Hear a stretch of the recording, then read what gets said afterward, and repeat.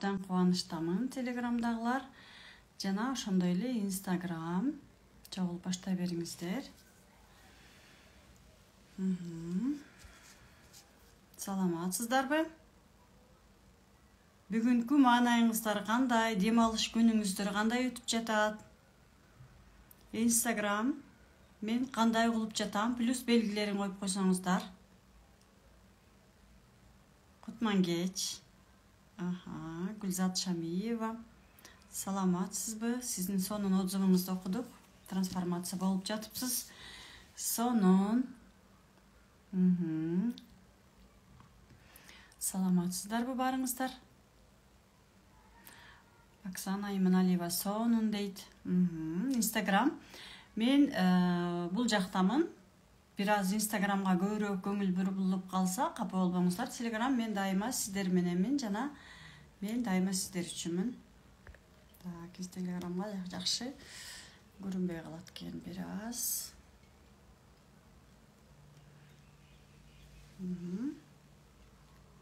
Инстаграм, саламатсыздарбы, кандайсыздар? Дейт, саламатсызбы, угулуп жатыптырмын. Сонун, ким кайсы жактан чыгып жатат? Бизде көбүнчө Кыргызстандын бардык айылдарынан, шаарларынан, райондорунан, Кыргызстан гана эмес, мындайча айтканда бүткүл дүйнө жүзүнөн чыгып жатат. Биздин кыргыздар чындыгында өтө күчтүү элбиз.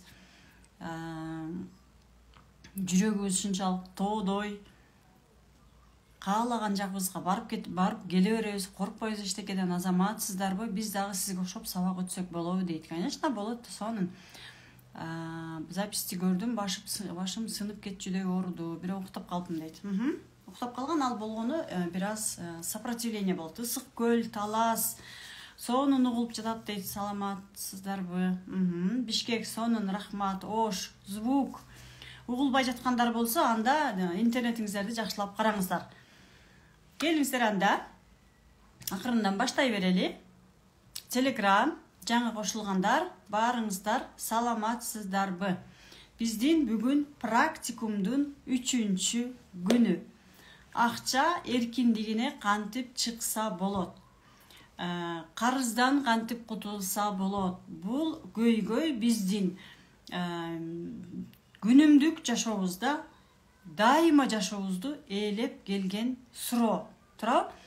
Ошондуктан биздин жашообуз, Америка бар экен. Сонун, карагулжа дейт.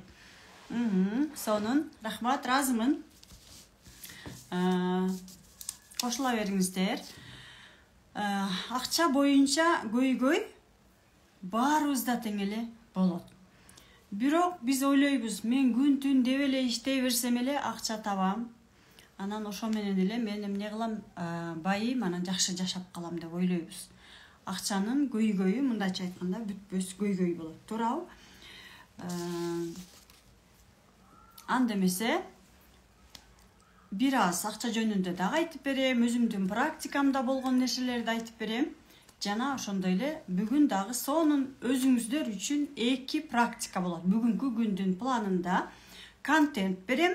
Өзүңүздөр үчүн акча боюнча 1 практика жана карызга 1 практика. Практика деген бул биринчи диагностика болот. Анан диагностиканын уландысы менен кирип кетебиз. Мындайча айтканда практика деп эле айтылат, бирок бул өзү негизи разбор, мини разбор болот. Өзүңүздөргө разбор жасаганды үйрөнүп атасыздар акырындан.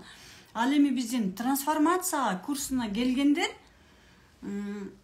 ал жактан өздөрүнүн жашоолорунда разбор жасаганды үйрөнүшөт.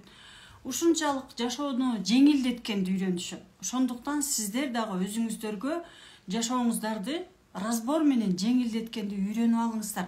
Анткени биздин бардык көйгөйдүн бардыгы мээде гана эмес, бул жакта, көкүрөктө, жан дүйнөбүздө болот экен. Ошондуктан сөзсүз түрдө разборго катышыңыздар. Бүгүн сиздер менен биз разбор жасайбыз. Мини разбор өзүңүздөргө. Практика да разбор, мини разбор да. Анда эмесе, мен биринчи эфирге биринчи жолу келип жаткандар болсо, анда сиздер баарыңыздар туура жакка келдиңиздер.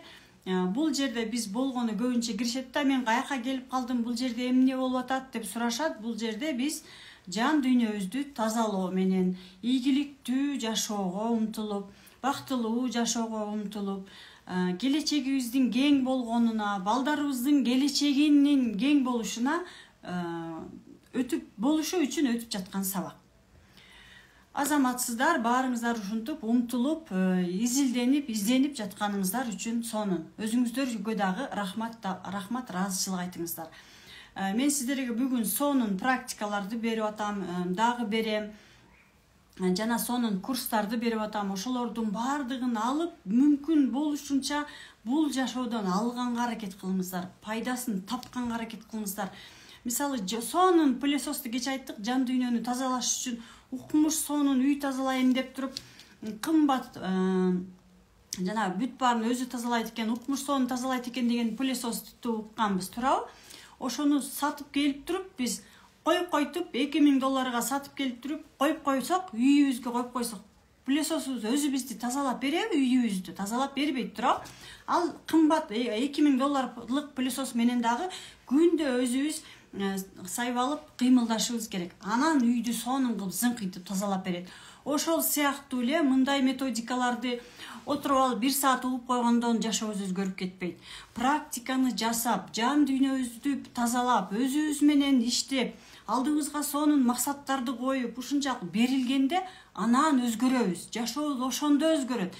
Биз сатып алабыз дагы анан жашоомдо өзгөрбөй атат, результат алган жокмун. Жок, кеп тиги пылесосто эмес, кеп ошол бизде. Кеп методикада эмес, кеп бизде. Биз ошол нерсени өзүбүздүн жашообузга колдондукпу, канча жолу практика жасадык, канча жолу иштедик өзүбүз менен, кандай нерселерди өттүк, ошондон болот результат. Мисалы, мен демек сразу эле баштап кеттим, ушунчалык сөзгө берилип атам, сиздер менен 2 күндөн бери сүйлөй берип, андан бешбетери менин сөзүм көбөйүп, айткым келип, туугандар, мындай, тигиндей, ой, ачкылачы көзүңөрдү дегим келип атып, сизге берилип кеттим. Өзүмдү тааныштырып кетейин. Менин атым Музаткан Жусупова. Мен кванттык психологмун. Өзүмдүн жашоомдо мен эч качан мындай кыйынчылыктарга баш ийбегенге, дайыма ошол кандай кыйынчылык болсо да жеңгенге аракет кылып изденип жүрүп, 2018-жылы психология боюнча алектенип баштаганмын. Россияда ал жакта жүрүп, ал жакта да окуп, университетти бүтүрүп, Россияда ал жактын банктарында иштеп, Кыргызстанга келип, бул жактан эл катары швей ачып, дордойго чыгып, соодан болуп, болбой, үйдөгү проблема, бала чака менен проблема, жолдош менен проблема, өзүң менен проблема, ушунун баардыгы жан дүйнөмдү кыйнап бүткөндөн анан кийин, ой, бир ушундай бир Кудайыман суранганмын, жакшы нерсе берчи мага, бир ушул жашоонун оңой жагын көрсөткөн, жашоонун бейишин көрсөткөн мага бир методика жөнөтчү деп ушундай суранганымда, анан Кудай мага ошол методиканы берип, мен 1 жылдын ичинде чоң жан дүйнөмдү тазалаган, үй бүлөмдү тынчтык орноткон, күйөөм менен бактылуу болгон, балдарымдын сүйүктүү энеси болгон результатка жетип, каалаган нерсе алам деген нерсемди алып баштаганда, анан ошол нерсени мен эл менен бөлүшүп, айымдар, мырзалар, бул жакта деген сонун методика бар экен, алгыла, пайдалангыла, жашооңорду ушундай результаттарга жеткиле деп бөлүшүп жаткан кезим. Чындыгында бул методиканы мен жөн эле барып эле 2 ай отуруп эле алып калган жокпуз. Бизде ал жакта 2 ай, 3 ай бизди ушунчалык ысык сууга кайнатып, муздак сууга муздатып, кууруп, ушундай кылып туруп анан кийин бизди мастер кылып туруп чыгарып коет, дипломду колубузга берет. Бар эми сен дагы эл үчүн кызмат кылсаң болот деп биздин колубузга дипломду карматып, дополнительное образование менен бизге диплом берген. Дипломдуу психологмун мен. Өзүмдүн биринчи билимим экономист. Москвада банкта экономист болуп эле обычный эле адамдар менен иштеп жүргөнмүн, бирок жашоо бизди психолог кылып чыгарат экен. Көрсө биздин жашообуз бул өзү психология экен. Жашоодон ар нерсени алгандан анан психолог болот экенсиң. 5 жыл билим алсак деле биз психолог болуп чыгышыбыз кыйын болот экен. Методиканын аты мастер разборов деп айтылат. Ушул методика менен жан дүйнөңдү тазалап, үй бүлөдөгү тынчтыкты, ден соолугуң менен иштеп, акча жаатында, ден соолук жаатында, жумуш жаатында, кыскасы жашоодо эмне керек болсо, бүт баарын өзүбүздүн жан дүйнөбүздөн тапсак болот экен. Мен ушул методикага келгенде түшүндүм. Ага чейин MasterKit деген методика менен жүргөмүн. Ал нерседен мен ал методикадан жаман нерсе алган жокмун, жакшы нерсе алдым. Бирок макча десем акча менен гана кетем, мамиле десем мамиле, башка сфераларым аксай берчү.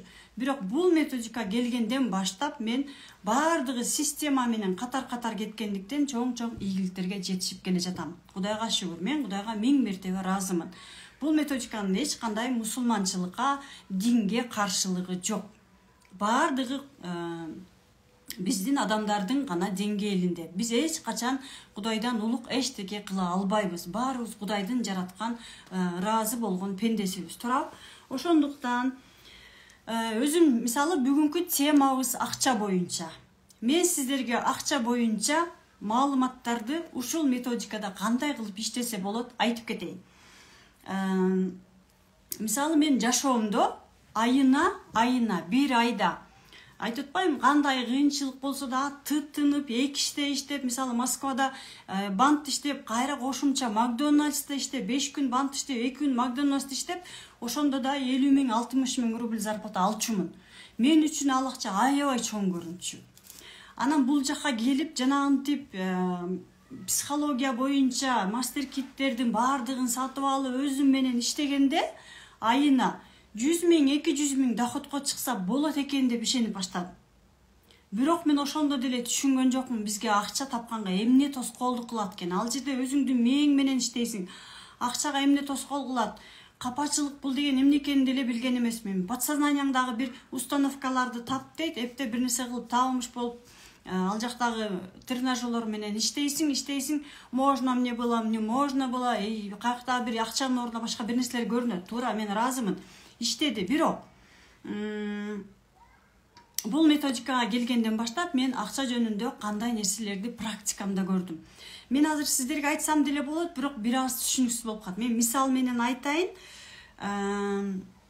Акча боюнча иштегенде мен эмнелерди таптым өзүмдүн жашоомдо.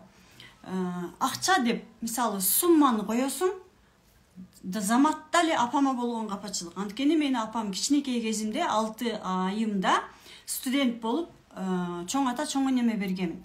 Мени ошо берип койгон үчүн менин жан дүйнөмдө кичинекей бала кезимде, кичинекей лялечка кезимде менин жан дүйнөмдө апама болгон капачылык калган экен. Эмне үчүн мени чоң ата чоң энеме берип койдуң, жетам тайнеме берип койдуң, мен эмне үчүн өзүң караган жоксуң деген ушундай капачылык калган экен. Мен дагы деле жан дүйнөм лялечкадагы капачылык менен эле апа мага сүт берчи, апа мени карачы, мага көңүл бурчу деп эле жашап келатыптыр. Ушундай нерсе биз эмне үчүн кванттык поле, анткени кванттык поледе ушул маалыматтар калып кетет экен дагы, ал биздин жашообузга тоскоолдук боло берет экен. Экинчи, чоң акчаларга чыгам дегенде, мисалы 300 000ге чыктың, анан миллионго чыктың. Биз дайыма эмне кылабыз? Биз дайыма өнүккүбүз келет. 300 000ге чыгам дейсиң, 300 000ге чыгасың, анан миллионго чыгам дейсиң, миллионго чыгасың, миллиондон 3 миллионго чыгам дейсиң. Ушинтип 5 эсе 10 эсе кылып көбөйтүп кете бергибиз келет. Анткени биз деген жашап атабыз, күндө өсүп атабыз, өсүшүбүз керек. Это нормально. Мен кичинекей кезден биз ата-энебиз эмне деп үйрөткөн? Ой, ушуга эле ыраазы болбойсуңбу? Айына 50 000 тапсаң болот, ошол 100 000 тапсаң ошол болот да. Бул деген аябай сонунда деп. Анткени биздин ата-энебизде мындай психология болгон эмес экен. Ошондуктан алар бизди ач отурсаң да тынч отур деп эле үйрөтө беришкен. Биз ата-энебизди бул жерде күнөөлөп эле отура бергенибиз болбойт. Кудайым бизге ушундай сонун методикаларды жөнөтүп атат. Ошолорду пайдаланып, колдонуп, жашообузда өнүп өсүшүбүз керек.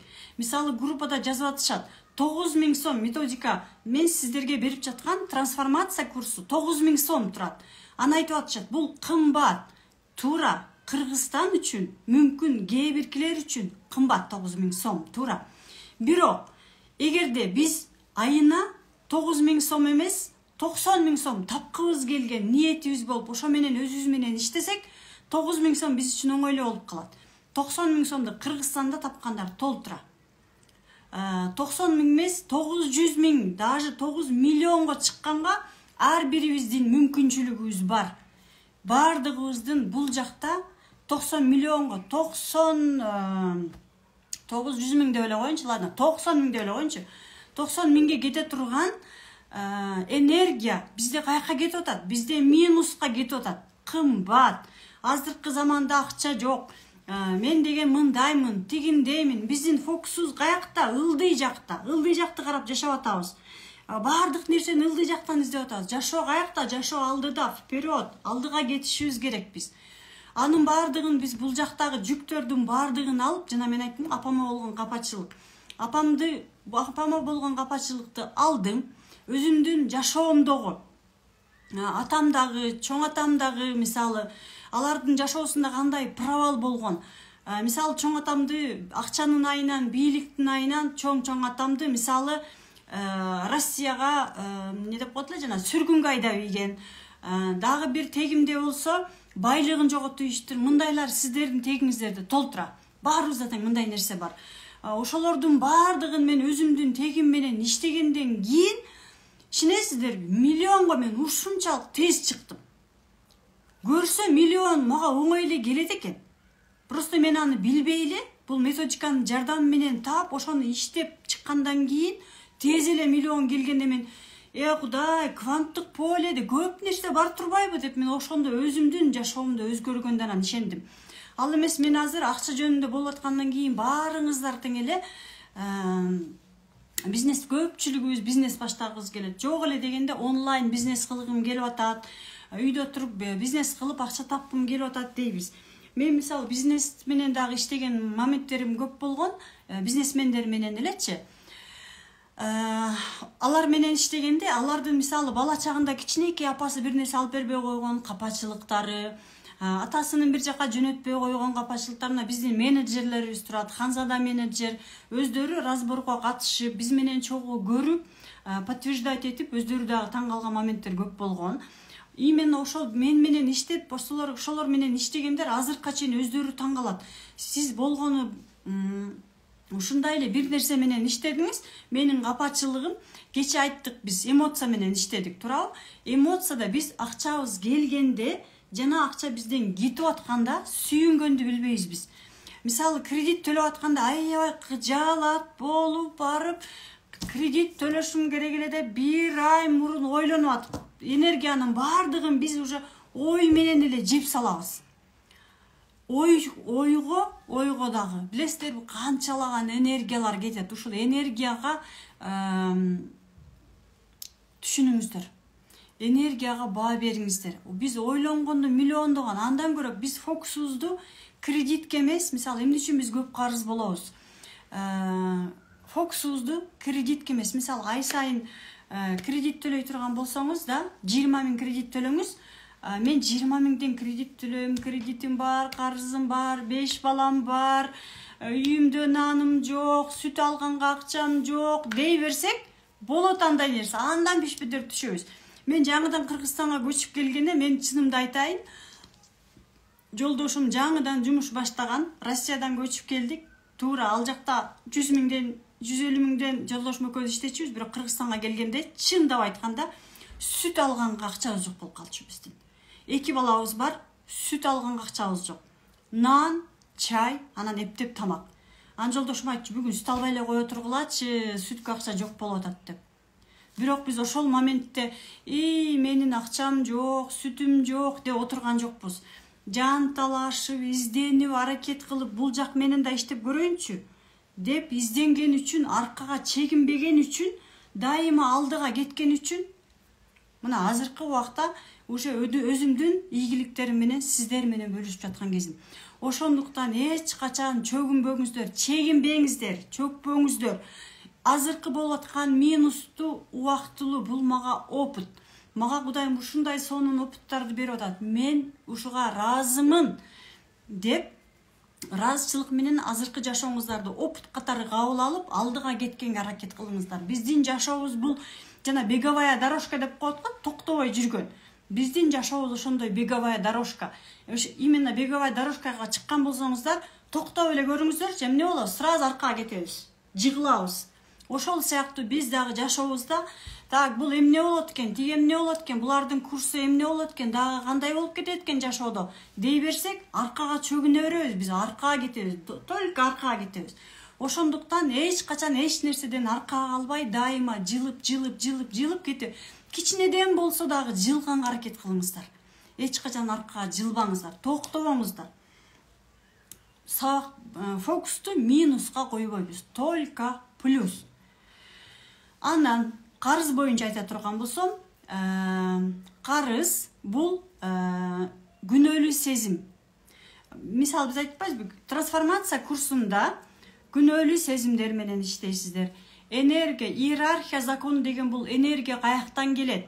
Ата-энеден келет. Кванттык поледе биз энергияны ата-энеден алабыз. Анан ошол энергияны алып, ошол энергия менен акча табабыз, мындайча айтканда. Акча бул эмне? Акча бул энергия. Биз канчалык ата-энебизден энергияны алып туруп, аларга ыраазы болуп атсак, жашообузда ошончолук акча келип турат. Ошондуктан кванттык полеңиздер менен иштегенди үйрөнүңүздөр. Анткени Назира Айтбекова реклама кылып берди дейт. Туура, Назира молодец. Назира көптөгөн аялдардын жашоосун оңдогонго жардам бер деп биз Назираны чакырганбыз. Ошон үчүн келген. Бирөөгө претензия кылып, бирөөнү талкуулап энергияңыздарды кетирбей, лично өзүңүздөрдүн жашооңуздарга фокусту коюп, мен жашоомдо жетем ийгиликке, мен жашоомдо ушундай жашайм, мен сонун жашайм, мен бактылуу болом, менин балдарым ийгиликтүү болот, мен мындай болом деген фокусту өзүбүзгө коебуз. Бирөөнү аңдыбайбыз, интернетке чыкпайбыз, көрүнгөндү аңдап отурбайбыз. Интернетке чыкканга мисалы канчалаган убактыбыз кетет. Ким эмне кылып атат, каерде ким эмне болуп атат десек, ага оңой эле отура беребиз. Бирок ошол эле учурда канчалаган убактыбыз кетип атат, канчалаган энергиябыз кетет. Биз ага көңүл бурбай атабыз. Ошонун ордуна өзүбүз менен иштеп, ийгиликтерибизди өдө көтөрсөк, жакшы нерселерге жумшасак, вообще сонун болмок. Ошон үчүн эч качан бирөөнү жамандаганга, бирөөнү претензия кылганга, бирөөнү талкуулап, кереги жок. Мунун баардыгы бизде эмне кылат? Минуска түртөт. Ошонун баардыгы биздин жашообузда минуска кетирет. Ошон үчүн өзүбүздү карайбыз. Мен кандаймын? Өзүбүздү көрөбүз жашоодон. Биз бирөөдөн жаман нерсени көрүп атабыз, демек бул өзүбүздөгү нерсе ал. Ошондуктан туугандар, иштеңиздер өзүңүздөр менен. Кредиттер көбүнчө аборт кылгандан болот. Ата-энеге мен карызмын дегенден болот. Кичинекей кезибизде ата-энебиздин кыйналып, бизди өстүргөнүн көргөндө, мени апам байкуш ушинтип кыйналып чоңойтты эле, атам байкуш ушинтип кыйналып чоңойтты эле, мен аларга кайра кайтарып беришим керек. Мен ата-энемдин алдында карызмын деп, өзүбүздү ата-энебиздин алдында карызмын деп эсептеген үчүн болот. Жашообузда мисалы көптөгөн аялдарда, көптөгөн эркектерде айтылбаган, сүйлөнбөгөн, сыртка чыкпаган көптөгөн сырлар бар. Тайна, у каждого есть тайна. Айтпайбыз аны. Именно ошол чыкпаган тайна сырларга канчалаган энергия кетет, билбейбиз биз аны. Именно ошолор менен, тайна менен, сыр менен иштеш керек. Ошонун баардыгын сыртка чыгарыш керек. Аны кантип чыгарыш керек? Мен мисалы түз эфирде практика кылып берем сиздерге. 1 күн кылып берем, 2 күн кылып берем, 5 күн кылып берем, 20 күн кылып берем. Бирок мен сиздер менен 24 саат бою отуруп практика алып бара албайм. Ошондуктан трансформация курсуну алгыла, өзүңөр менен иштегиле, жашооңорду оңдогула дегенибиз ошондуктан. Трансформация курсуну алып, результатка жеткен эжелер, сиңдилер, аялдар ушунчалык көп. Жан дүйнөбүздөгү результатты байкашыбыз керек. Жашообуздагы результат оңой эле келет, өздөрү эле тартылып келип баштайт. Ошондуктан результатты биз бул жак менен баштайлы. Мисалы, менин 1 миллион сом иштегим келип атат. Туурабы? Ладно, 1 миллион деп эле коеюн, 100 000 сом иштегим келип атат. Бирок менин кичинекей кезимде, давайте мен мисал кылып айтайын. Менде Кудай сактасын андай болгон эмес, бала чагымда травмам бар. Андай травма менен жашап келаткандар аябай көп.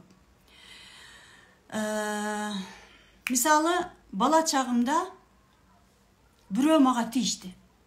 Мисалы, мага менин практикамда ошондой көп болгон.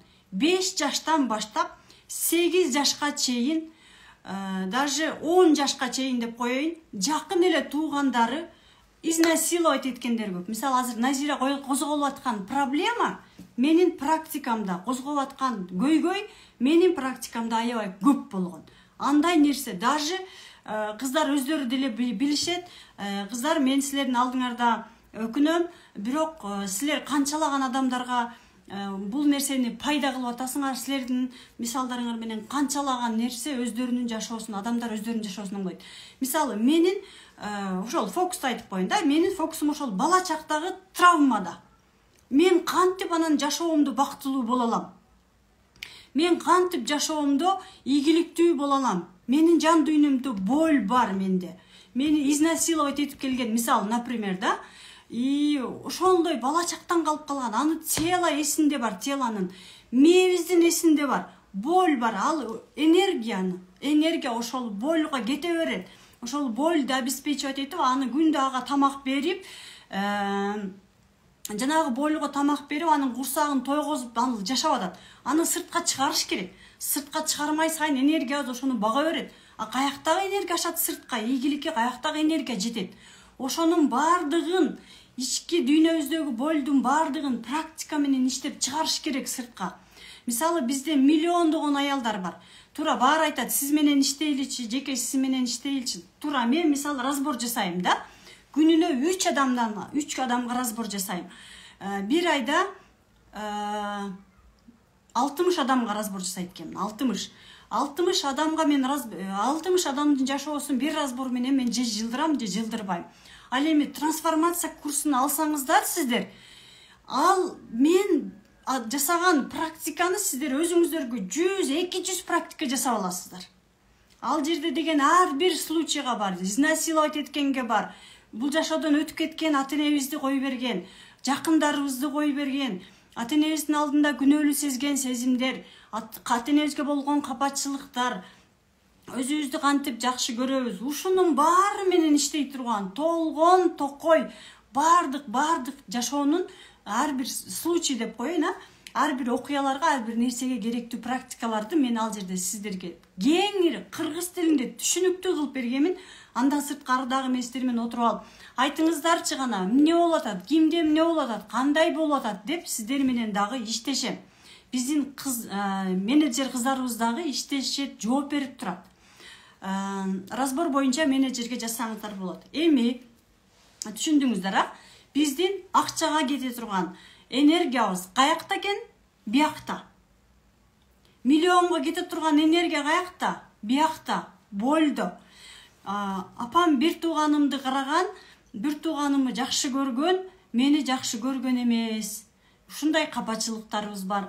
Күнөөлүү сезим бар, мисалы. Апам менен атам мени ушунчалык жакшы кыз болот деп, ийгиликтүү болот деп ойлоду эле, мен ийгиликтүү боло албай калдым. Мен атам менен апамды чоң умрага жөнөтө албай калдым. Тиги жака тигинте албай калдым. Алардын алдында мынта албай калдым. Мен деген мындай болушум керек эле дей беребиз. Ошонун бардыгы биздин энергияны ала берет. Анан жашообузда карыз болобуз. Жетишпейбиз. Мамилебиз начар болот. Анан өзүбүз жанагынтип толтура үйүбүздү, жан дүйнөбүздү толгон токой нерсеге толтуруп алсак, анан биздин жашообузга ийгилик кайдан келет?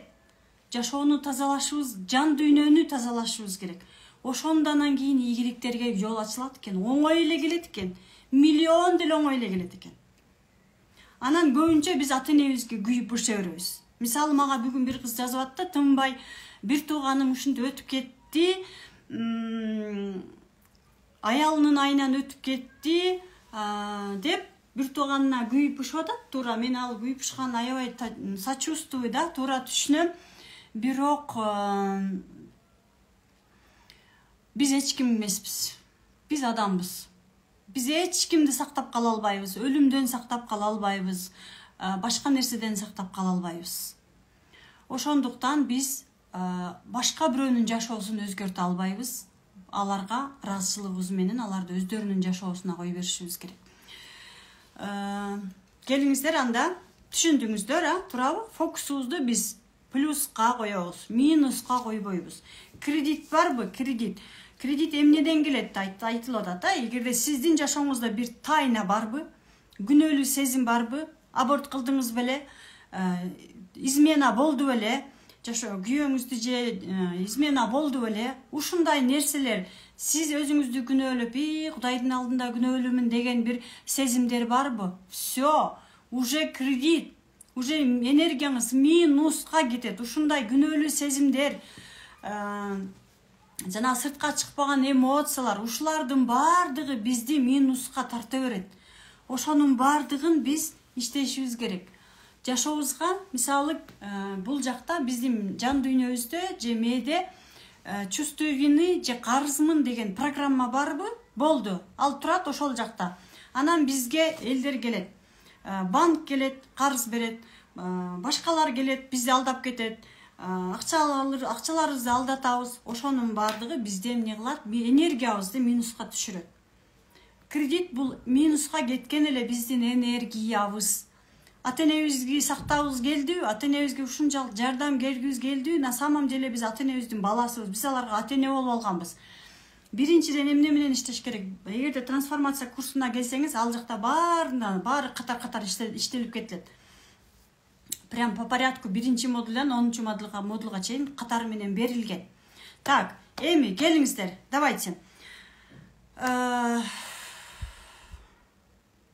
Түз отурабыз. Терең дем алып, демибизди чыгарабыз. Сиздер таң калып атсаңыздар керек, 2 күндөн бери бул эмнеге мындай жерге отуруп алган деп, Түз жерге отурса болбой беле деп. Буну да байкагандар болуш керек. Азыр дуалды карайбыз. Баарыбыз тең турабыз ордубуздан.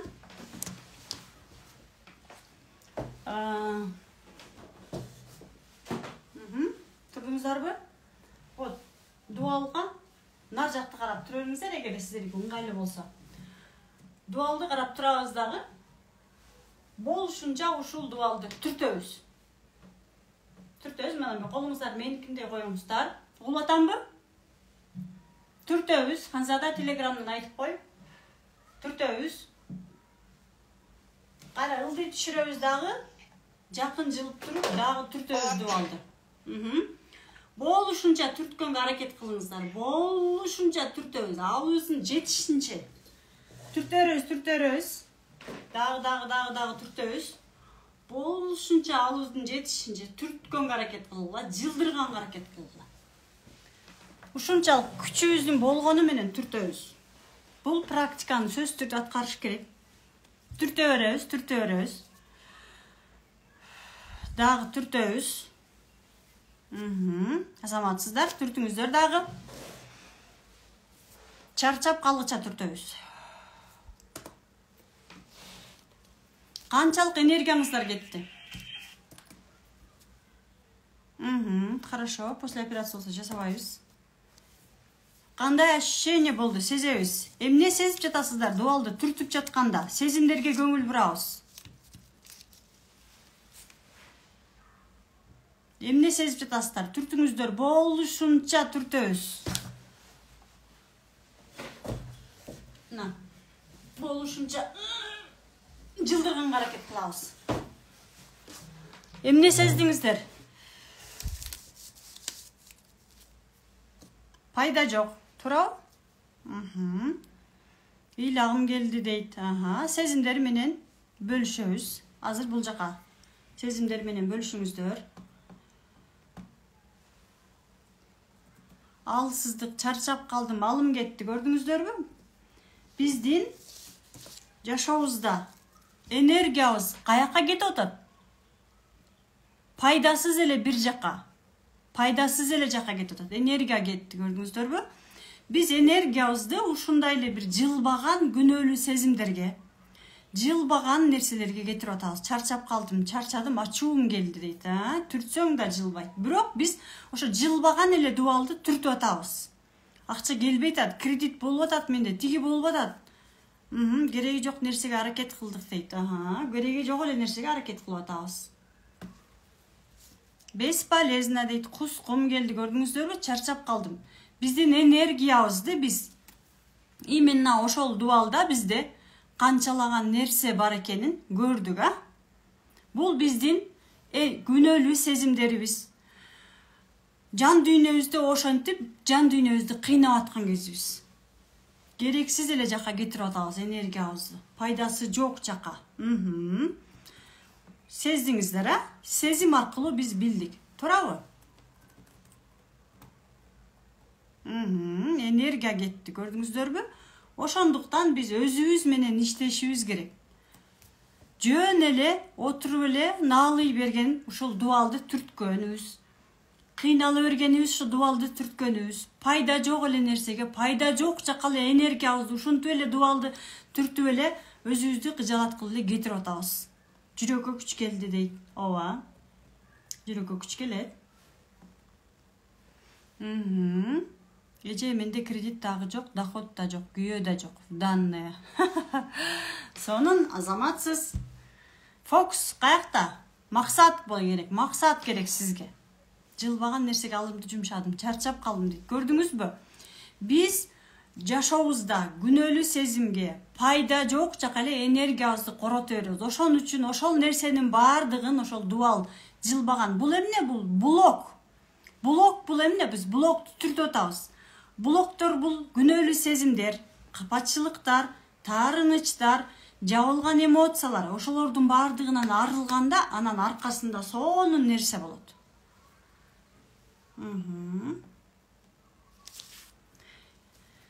Келиңиздер анда биз сиздер менен азыр акчанын практикасын жасайлы. Терең дем алабыз баарыбыз тең.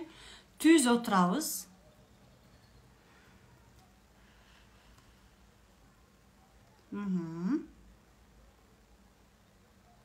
Фокус баарын кайталайм азыр дейт азаматсыз. Түз отуруп, терең дем алып, демибизди чыгарабыз. Көзүбүздү жумабыз. Мен буюрса мындан ары дайыма сиздер мененмин. Трансформация курсунда өтө терең берем маалыматты ал жакта. Мындайча айтканда мен сиздер менен чогуумун дайыма.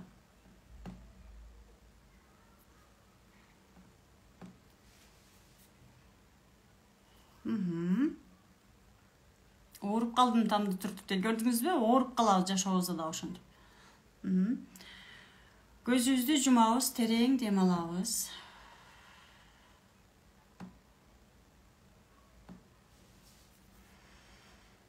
Демибизди чыгарабыз. Кайрадан терең дем алып, демибизди чыгарабыз.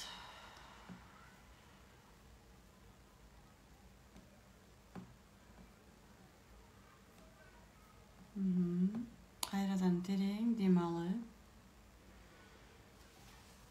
демибизди чыгарабыз. Өзүңүздөргө жаккан жерде турганыңыздарды элестетиңиздер.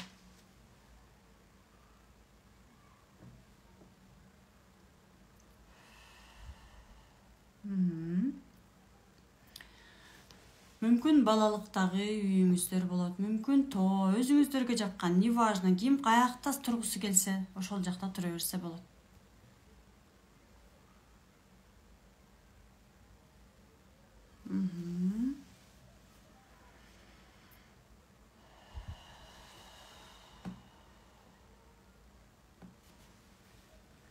Эми сиздер турган жерге биринчи фигура келет. Ал фигураны сезебиз.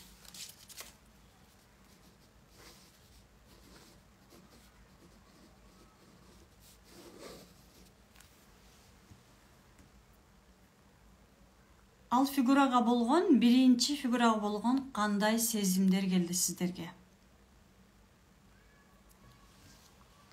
Фигура десе, сиздер бир фигура деп элестетпеңиздер. Фигура дегенен бир адам келет, мүмкүн апа келет, может апага болгон сагыныч келет, может кандай сезим болсо ошондой сезимди сезиңиздер. Сезимдерибизди сизге сактап калабыз.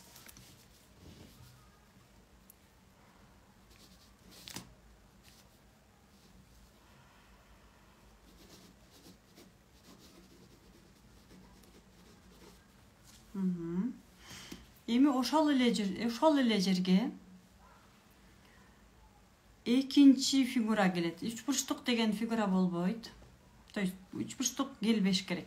Сезим, үч бурчтук деген сезим жок. Сезимди сезебиз.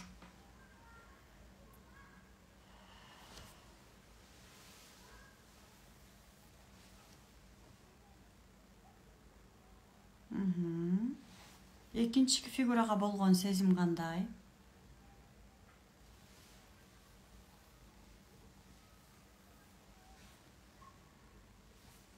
Сезебиз.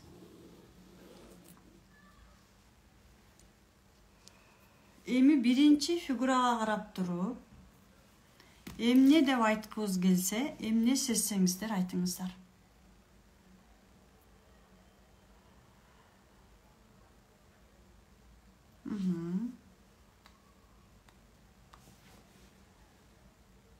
Эмне деп айткыңыздар келип атат, айтыңыздар. Мисалы,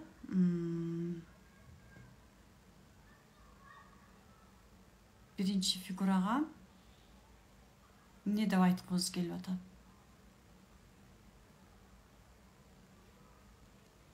Мисалы, бирөө жазып атат, сиздин фигураңыз келди деп. Ошол менин фигурама эмне деп айткыңыз келип атат? Көзүңүздү ачып эмне үчүн сиз комментарий жазып атасыз? Мээңиз иштеп атат сиздин.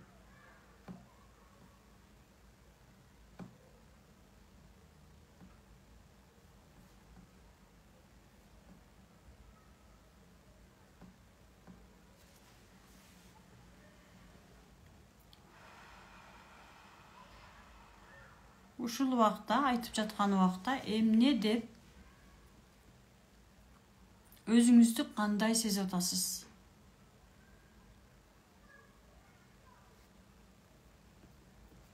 Айтып жаткан убакта мындай дароо эле айтып жатасызбы, же коркуу менен айтып атасызбы, же айта албай араң айтып атасызбы? Сезбей жатсаңыз айтыңыз. Мен эчтеке сезбей жатам. Ошол биринчи фигурага карап айтыңыз. Мен сени сезбей жатам. Биринчи фигурага карап айтабыз. Мен сени сезбей жатам. Мен сени көрбөй жатам. Мен сени караганда кыжаалат болуп атам.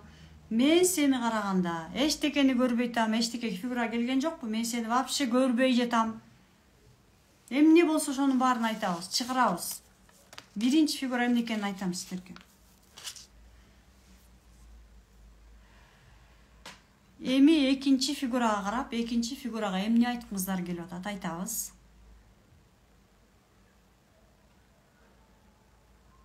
Стройкада жүрсөңүз өзүңүздү кандай сезип атасыз? Кеп бул жерде каякта жүргөндө эмес, эмне көргөндө эмес, ошол жерде сезимдер, что я чувствую.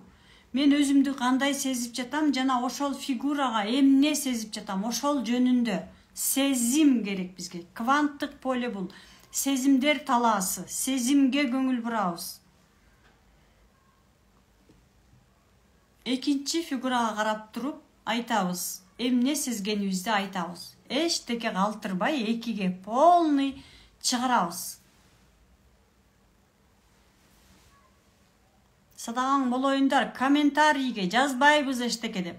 Көзүбүздү жумган бойдон ачпайбыз, башынан этегине чейин практиканы бүтүрөбүз. Азыр сиздерде трансформация болуп жаткан убак. Көзүбүздү ачпайбыз, жасайбыз, бүтүрөбүз, анан ачабыз. Мен ачкыла дегенде ачабыз. Комментарийге эмнеге жазып атасыңар? Мен сураган жокмун, эмне сезип жатасыңар деп, сезгиле деп айтат. Я комментарий жазгыла деп эч ким айткан жок. Трансформация болгуңуздар келеби? Фокусту практикага койгула. Экинчи фигурага айтыңыздар.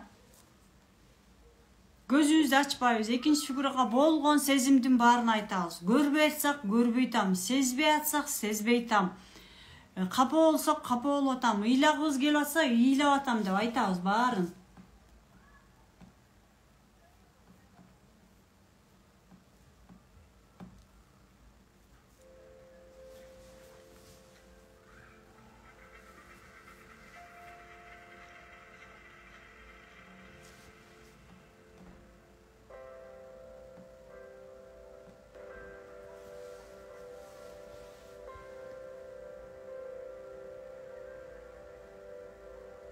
Экинчи фигурага ыраазычылык айтабыз. Эмне үчүн?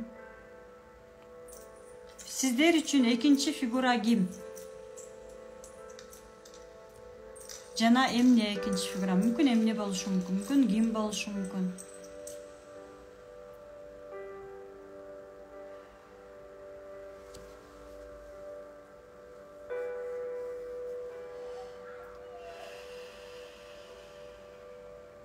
Барып экинчи фигуранын жанына жакын барабыз.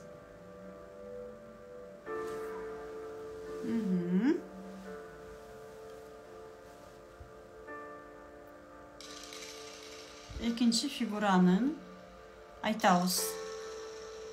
Апа же ата. Экөөнүн бирөө экенин сезебиз. Апа же ата. Мен ушул убакка чейин сиздин алдыңызда өзүңүздү кандай сезип жүргөнүңүздү айтасыз.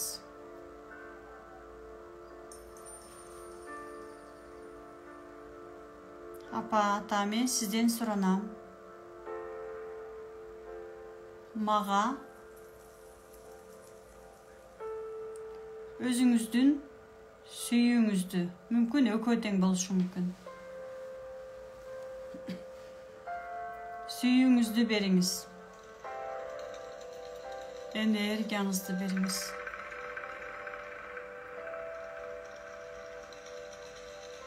Ушул убакта апаңыз менен атаңыздын аркасында сиздин ата тегиңиз жана эне тегиңиз пайда болгонун сезиңиз.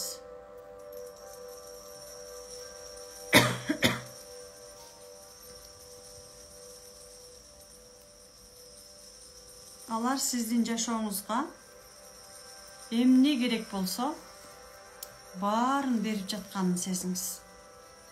Сүйүү, энергия, мээрим, бактылуулук, ушунчалык көп адам. Ата тек жана эне тек. Биз 7 текке чейин эсептегенде биздин аркабызда 254 адам болот.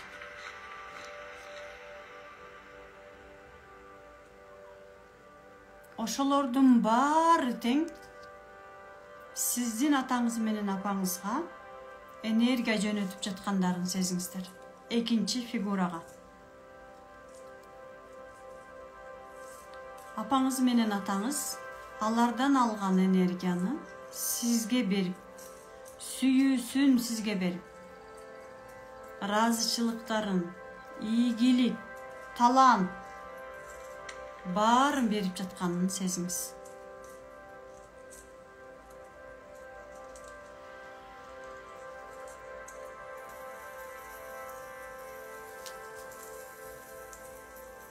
Өзүңүздүн ата тег эне тегиңизден энергия сүйүүлөрдү алып,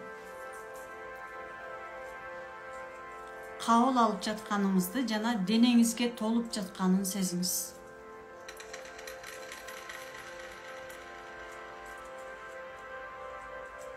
Энергияга денеңизди толтуруңуз. Терең дем алып, кабыл алып, демиңизди чыгарганда денеңизге толтуруңуз.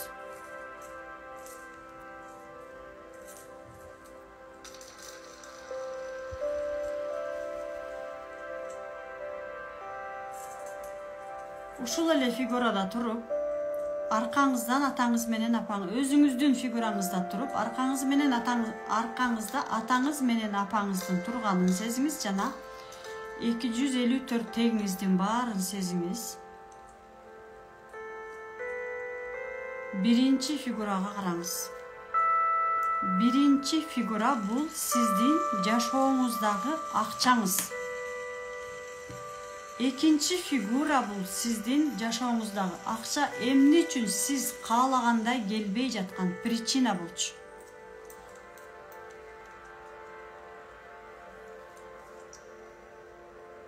Биздин причинабыз дайыма атабыз жапабыз болот. Же ата тегибизден келген программа болот. Башка себептер жок.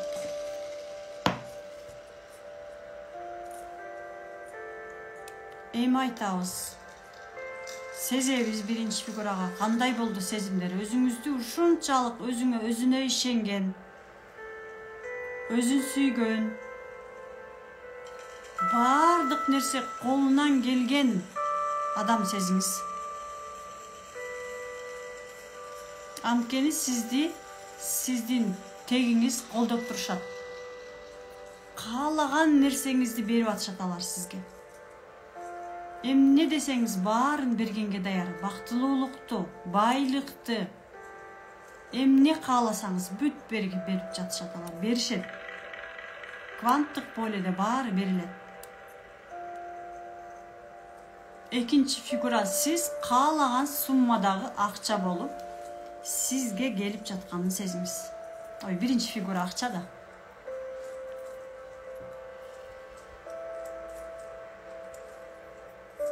Сиз ал акчаны алып жатканда өзүңүздү кандай сезип жатасыз?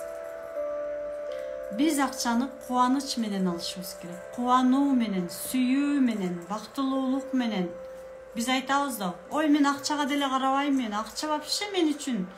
Акчаны деле унутпайм, тигинпейм. Нет, акча бизге керек. Эмне үчүн биз акча жөнүндө жаман сөздөрдү айтабыз? Акчасы көп адамдарга эмне үчүн жаман көз карашта карайбыз? Ал бизге тоскоолдук кылган нерселер. Акча болгону биздин колдоно турган эмне? Инструмент. Акча кереги жок деген адам жок. Бирок биз ошону мойнубузга албайбыз.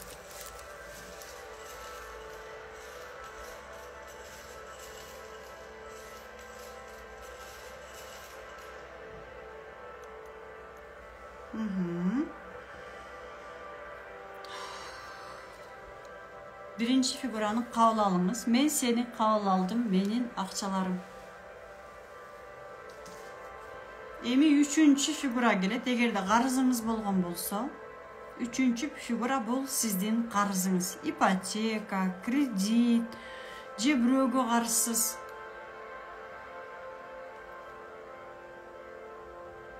Үчүнчү фигурага канча карыз болсоңуз, ошончо суммадагы акчаны ыраазычылык менен бересиз. Менин кредитим, мен сага мынча акчамды ыраазычылыгым менен бердим.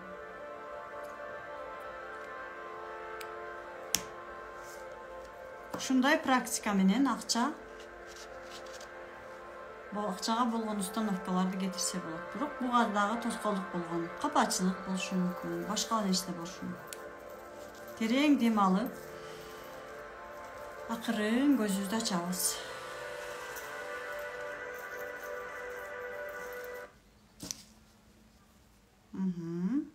Кимде кандай сезимдер болду? Биринчи фигура бул сиздин акчаларыңыз, экинчи фигура бул сиздин каалаган акчага жетпей жаткан причинасы болчу. Акчага кимде кандай сезим болду? Жазыңыздарчы гана.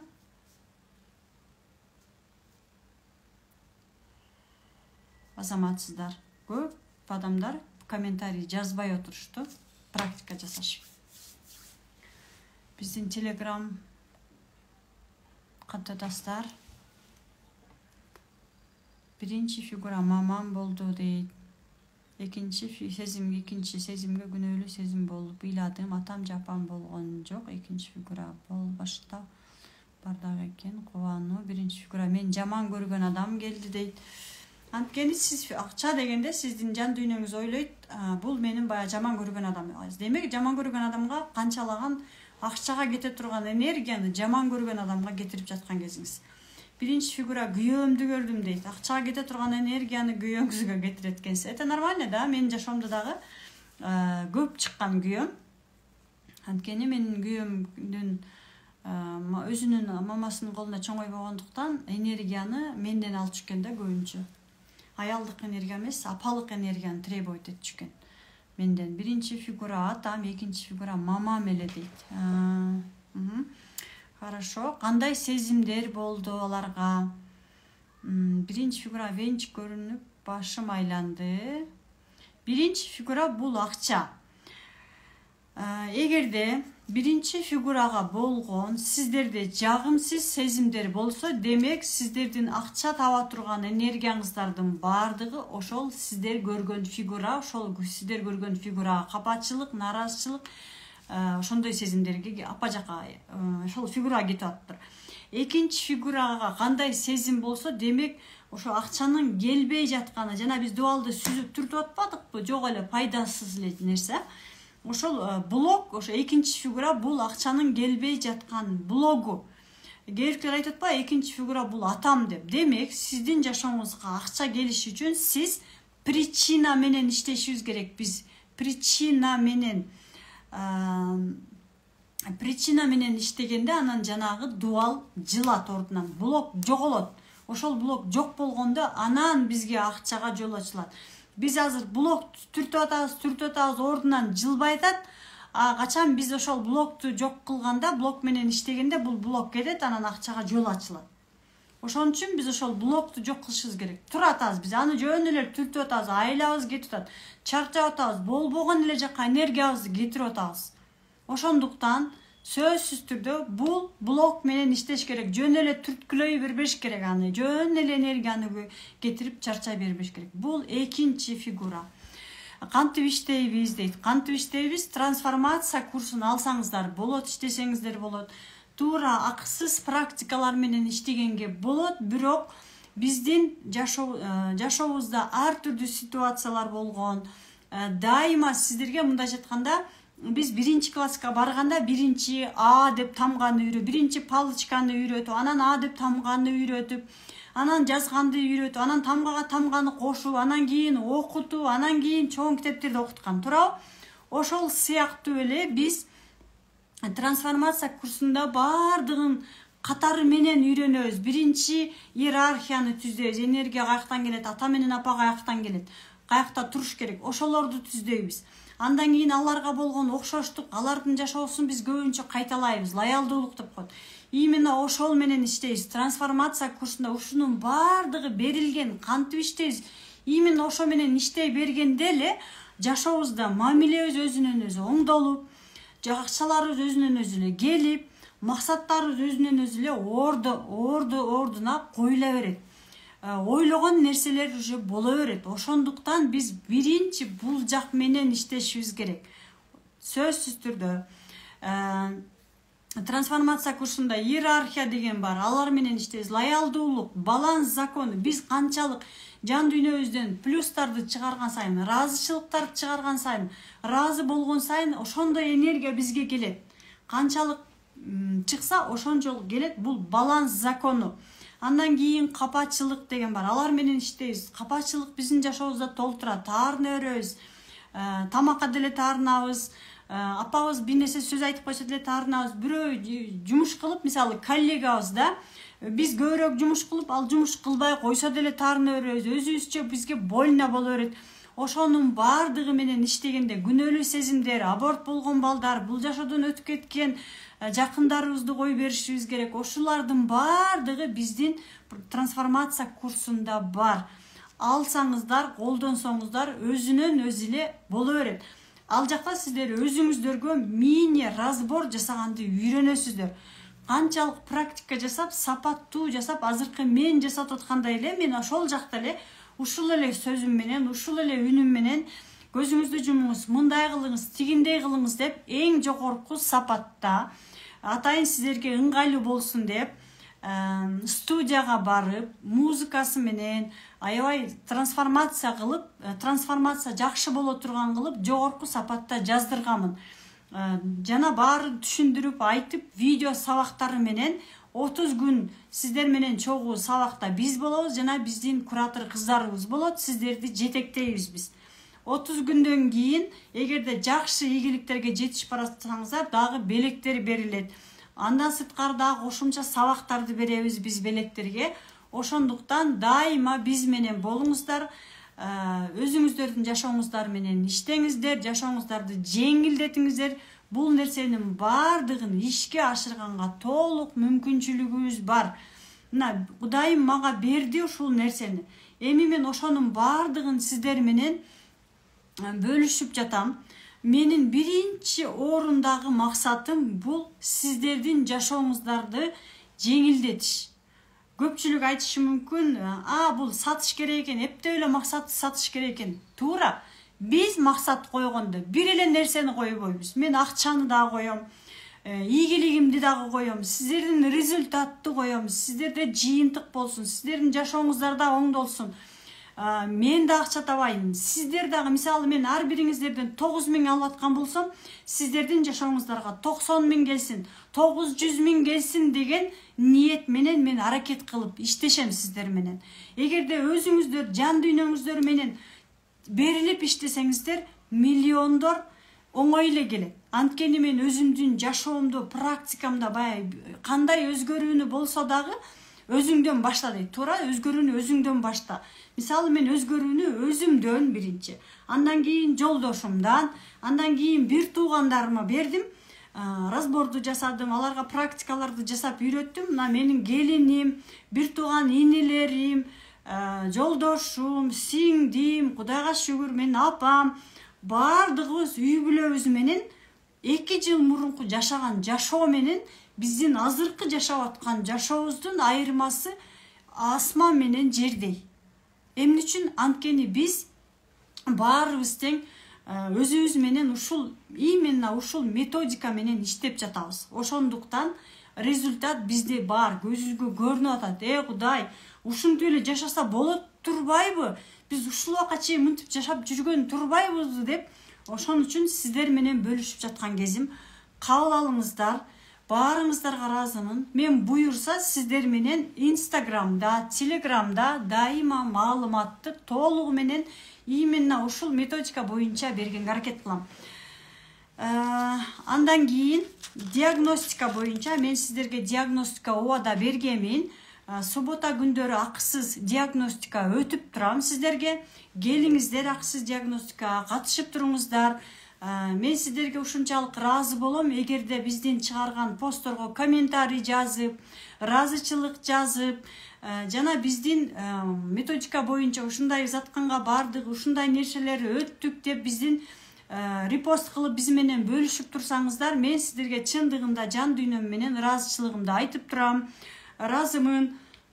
Жана ошондой эле биздин кечеги айтып жаткан сырдуу сөзүбүздүн, сырдуу белеги сүрөтүбүз бул менин кызым тарткан сүрөт. Ким аял же ызаткан же кыз деп тарткан болсо, вот бул биздин эмне апабыз да, кызым апасын тартты да.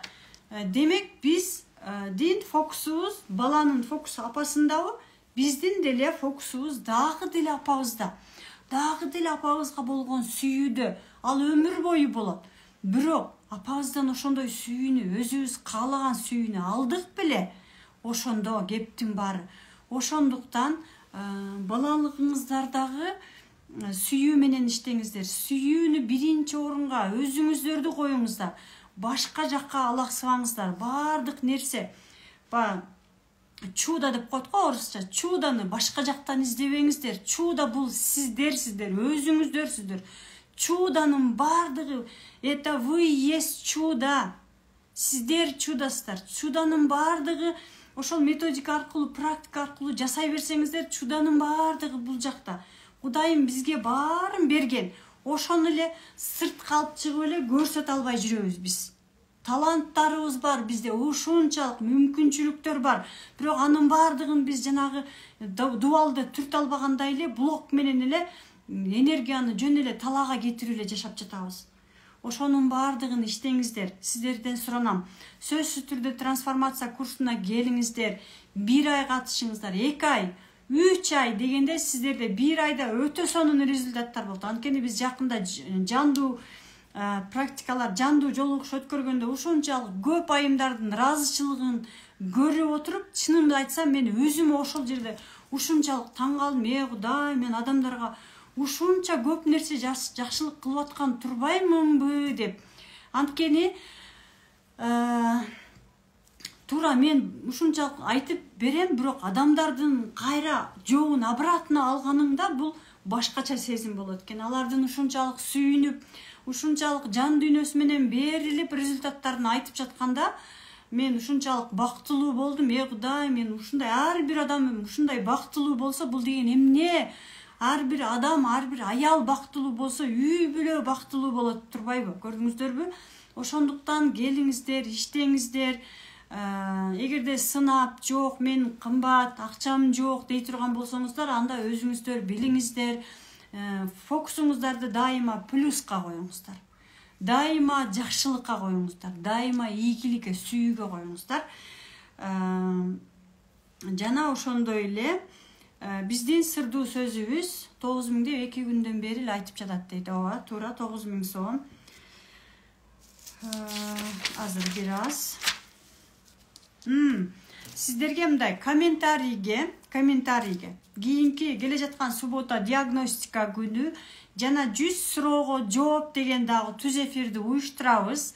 Биздин стористен карап маалыматтарды алып туруңуздар. Менин ийгиликтүү жашоом деп 5 сүйлөм менен өзүңүздөрдүн ийгиликтүү жашооңуздарды сүрөттөп комментарийге азыркы ушул түз эфирдин комментарийине жазасыздар. Менин ийгиликтүү жашоом 5 гана сүйлөм менен киргизип жазасыздар, кыскача кылып. Ошондо ким жакшы жазса, мен өзүмдүн жеке белегимди берем. Диагностика жасап берем. Түз эфирден ошол жерден дагы утуучуну аныктайбыз. Анан сөзсүз түрдө мен сиздерди жакшы көрөм. Сиздер менен дайыма чогуумун. Кудайым буйурса, бул да менин Кудайымдын бизге берген бир жакшы илими, билими. Разымын мен сиздерге. Айта турган билимдер, айта турган сөздөр ушунчалык көп. Бул методикада бөлүшө турган сөздөр, маалыматтар ушунчалык көп. Сизде 5 сүйлөм.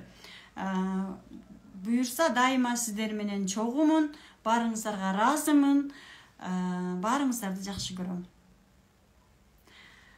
Бүгүнкү дем алыш күнүндө биз менен чогуу болуп, 1 саат убактыңыздарды бөлүп, жүрөгүңүздөрдү ачып отуруп, ишенип, практиканы жасап, трансформация болгонуңуздар үчүн разымын. Эң сонун трансформацияны алыңыздар. Жашооңуздардагы эң заветная мечта деп коет го. Кыялыңыздардагы жашоону орнотуңуздар. Сиздер өнүңүздөр, элибиз өнсүн, өссүн. Биз өссөк, биз кандай болсок, биздин балдарыбыздын жашоосу ошондой болот. Балдарыбыздын келечеги бул биздин азыркы состояниебиз. Биздин состояниеден балдардын жашоосу, балдардын келечеги көз каранды. Ошондуктан сиздер өнүңүздөр, балдарыңыздарга бериңиздер ал нерсени, жакшы нерсени жана келечек. Биздин азыркы өзүбүз менен иштеп жатканыбыз бул биздин келечегибиз менен иштеп жатканыбыз. Балдарыбыздын келечеги менен иштеп жаткан. Ар бирибизде бала бар. Бактылуу болуңуздар жана балдарыбыздын, Кыргызстандын кеңири келечеги үчүн. Мен баарыңыздарга разымын. Жакшы туруңуздар. Баарыңыздардан менин ийгиликтүү жашоом деген 5 сүйлөмдү күтөм. Жана трансформация курсунда күтөм. Жакшы туруңуздар баарыңыздар.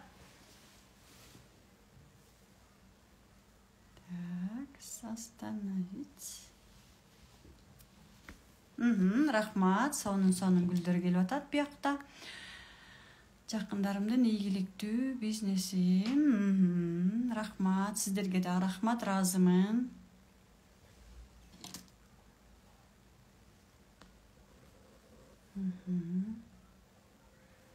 Бардык сурооңуздарды директке же биздин менеджерлерге жазсаңыздар, сиздерге толук маалыматты биздин менеджерлер берет.